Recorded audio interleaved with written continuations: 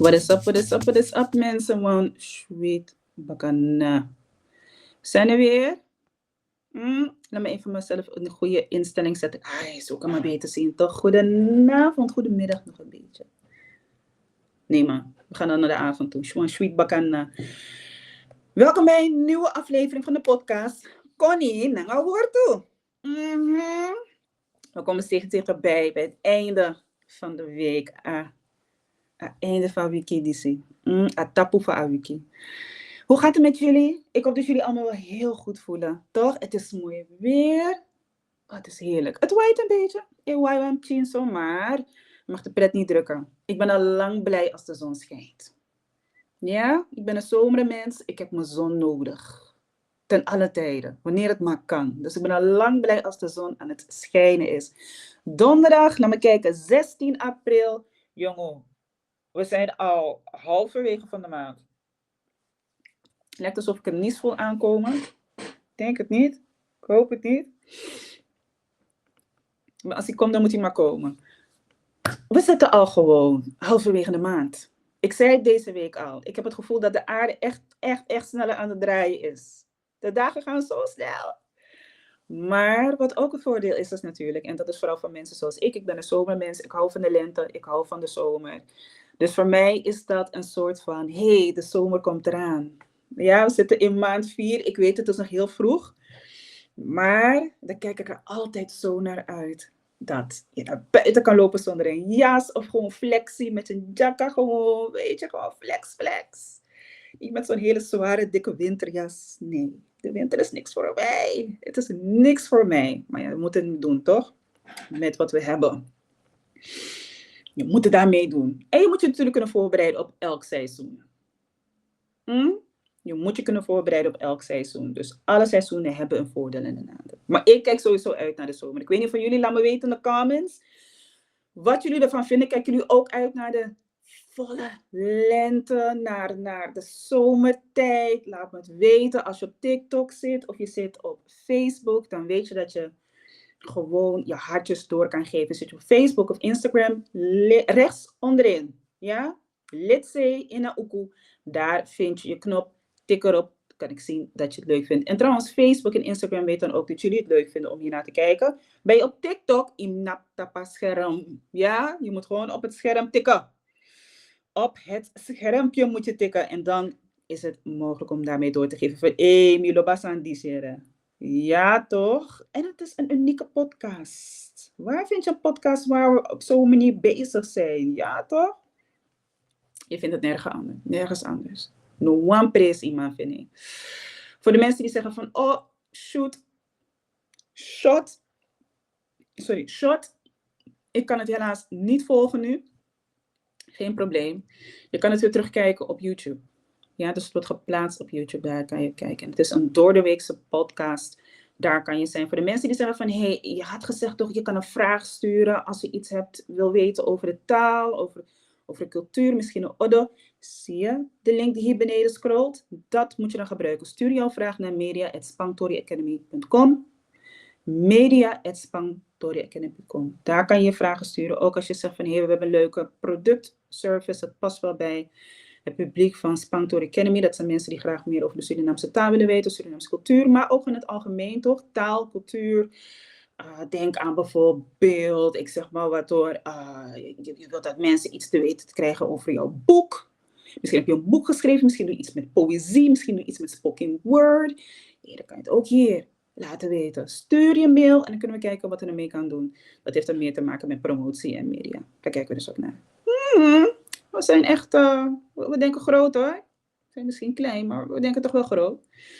Zo, 3 segmenten die je altijd vindt in de podcast van Connie Nangawoord. Voor de mensen die willen weten wat betekent Connie, kennis, ja, wetenschap, je kennis, Nanga met woord, met woorden. Ja, dus de kennis met de woorden, met wat je weet over woorden. Leuk toch? Is wat anders dan die podcast waar je hoort moxie of taki. Dat is het. Nee. Orsi. We doen Orsi. Ja toch? Orsi. Luister, terwijl je op het platform bent, vergeet niet natuurlijk te volgen. Dat is heel belangrijk. Volg ons op Facebook, volg ons op YouTube, volg ons op TikTok en Instagram. Hebben jullie steun daar hard bij nodig. En word ook onderdeel van de Spanktor Academy familie. Hè? Ga daar je nieuwsbrief halen. Word er onderdeel van. We hebben verschillende lessen die er natuurlijk daarvoor aanwezig zijn. Kom. Je bent van harte welkom. Gaan we door naar de eerste segment. En daarvoor laat ik jullie even een filmpje zien. Het is een jongeman die zijn ongenoegen uit over al die reclameborden die op de middelbare scholen zijn. Ik vond het een heel mooi item, maar het gaat om een heel specifiek woord die ik daarin zie. We gaan naar woord van de dag. Hier is het filmpje. Ja, je wil als school een neutrale omgeving bieden. En reclames horen daar natuurlijk niet bij. Ze komen je misschien wel bekend voor, deze boosdoeners. Tenminste, dat vindt Bram. Hij strijdt tegen reclameborden op scholen. Reclameschermen die op steeds meer scholen komen te hangen. Commerciële reclameschermen. En ik denk niet dat die thuis horen op een school. Bijlesplatforms, soms festivals in het buitenland. Maar er zitten soms ook wat overheidscampagnes tussen. Deze heeft een stekker. En die heb jij eruit getrokken? Nou, ik niet, maar... Ja, we hebben wel eens een bol.com reclame gehad. Op het moment zijn de reclameborden echt voor saus. Ze hebben helemaal geen nut. Brams petitie voor een verbod op alle scholen is meer dan 2600 keer getekend. Maar het weghalen van die borden, dat gaat niet zo makkelijk. Scholen sluiten namelijk contracten waar ze niet zomaar onderuit komen. Het verbaasde me eigenlijk wel, want ik dacht nou überhaupt wat voor soort reclame er ook is. Ja, waarom moet dat in een school? Ja, en dat is exact de vraag die Bram ook stelde. Ja. En die we onszelf ook zijn gaan stellen. Ja. En voor ons werd eigenlijk duidelijk, we willen zelf bepalen wat er in de school komt, op welke manier en wanneer. En we willen niet de scherm dat laten bepalen. Dus we hebben besloten, daar gaan we mee stoppen. We gaan naar de nieuwbouw en dan gaan ze niet mee, dus we hebben het contract opgezegd. Het is je gewoon gelukt. Ja, hier op school is het gelukt, maar het zijn meer dan 300 scholen in Nederland. Dus dat is nog 299 totaal. Klaar ermee. Zo. Ja, ik vond het een heel mooi item. Maar mooi zijn je aboyataki. Ja, een jongman etaki. Waarvoor zijn al die borden hier op school? Wat doen ze allemaal hier? Wat voor nut hebben ze? En het is eigenlijk wel een hele subtiele manier om jongeren te beïnvloeden. Om natuurlijk zaken te kopen, dingen te kopen, producten te kopen. En het gaat natuurlijk ook om de type producten die er worden aangeprezen op zo'n school. Ja, dan zou je bijna zeggen van, hey, zijn die kinderen daar niet daar om te leren? Waarvoor vinden die borden daar hun weg? En net wat ze zeggen, die scholen hebben contracten daarmee. Ze hebben een contract daarmee dat ze natuurlijk daar inkomsten van krijgen. En het is ook een hele slimme manier voor fabrikanten om daar natuurlijk op een grote wijze, constant, continu, hun reclames, hun boodschap aan de jongeren te brengen, aan de man te brengen. Nou, de jonge man vond ik heel dapper van hem om daar ook de vraag te stellen van, yo, sade undeja? Nale, we leri jayere. Ano bij weer bij. Die is aan een winkeri. Vond ik heel mooi. Maar er was een jonge dame en die zei van ja, die borden staan hier voor saus. Die borden staan hier voor saus. Want toen ik het voor het eerst hoorde, ik dacht van oh, dat is hoe jullie het nu zeggen tegenwoordig. Voor saus. Voor niets. Wat oudere mensen kennen natuurlijk de term voor spek en bonen. Het staat hier voor niks. Zomaar. Ja, sang ik knapuja. En dat is het woord wat ik dan heel bijzonder vond. Ik dacht van, dat is grappig. Want in de Surinaamse hebben we namelijk ook een woord daarvoor. Fu, so, so. Eigenlijk 2 woorden. Niet 1 woord, 2 woorden. So, so is niet helemaal compleet. Het is niet compleet als je dat zou gebruiken. Om aan te geven dat iets of iemand er voor niks is. Of voor niks meedoet. In ieder geval voor niks. Fu, so, so. Je spreekt het ook zo uit. So, so. Korte klank van de O. So, so. O komt overeen met het Nederlandse woord bol. O, bol. So, so. Die klank moet je daarin terug kunnen vinden. Ja? Die moet je daarin terug kunnen vinden. Fu so, so. Laten we een voorbeeldzin daarvan maken. Fu so, so den bord de na ini. Sommige mensen zeggen gelijk ini. Ascoro. De borden staan voor saus in de school. Ik zou eigenlijk berispt moeten worden, omdat ik zeg voor saus. En dat is niet echt netjes Nederlands. Ik zou moeten zeggen, de borden staan voor niks in de school. Dat is eigenlijk een correcte wijze om het te zeggen. Maar omdat die dame het in de clip al zo zei, voor saus, ja, ga ik daar natuurlijk ook in mee. Toch? Dat is straattaal. De borden staan voor saus in de school. Woord van de dag, voor Zo. Slaat op in jouw eigen woordenboek. Kan zijn op je telefoon. Misschien heb je een mapje, een foldertje ergens. En heb je zo, ai, koteka woord disi. Ik hoor het zo vaak. Fusoso mideja. Fusoso disi. Fusoso dati. In dit geval heb je dus het woord, de betekenis ervan. Dat is trouwens niet de enige betekenis. Hè? Daarom staat er onder andere. Als er maar één betekenis is, dan zal je dat ook van me horen. Dan krijg je dat ook zo te zien. Maar je kan het zeker gebruiken om aan te geven dat iets of iemand er voor niks is, aanwezig is of wat dan ook. Fusoso.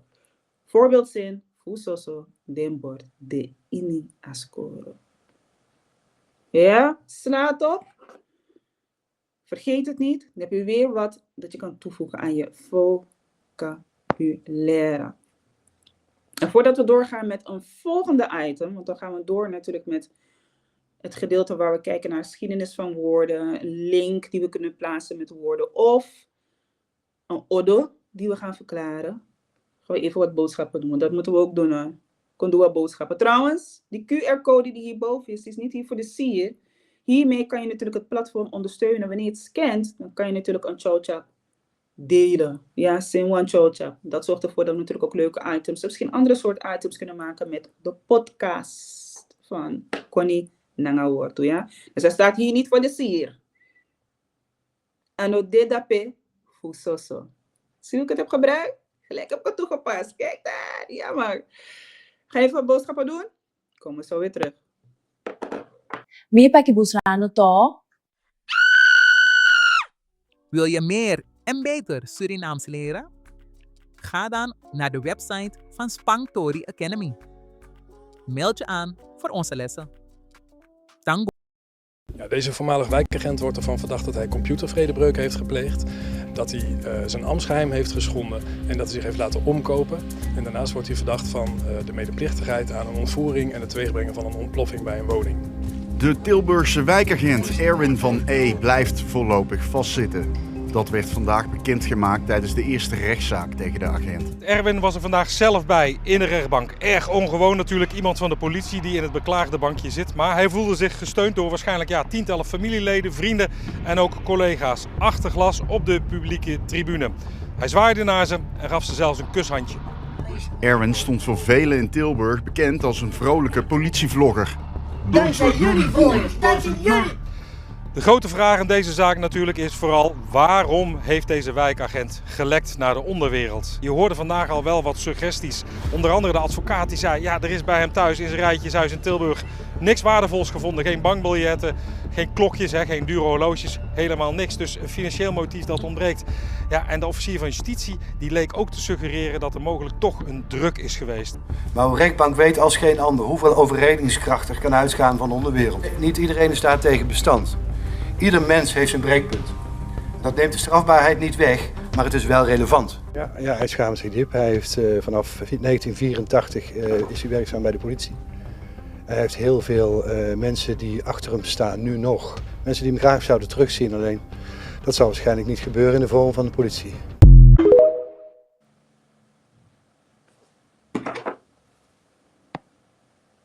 Hebi tori dape. Oei.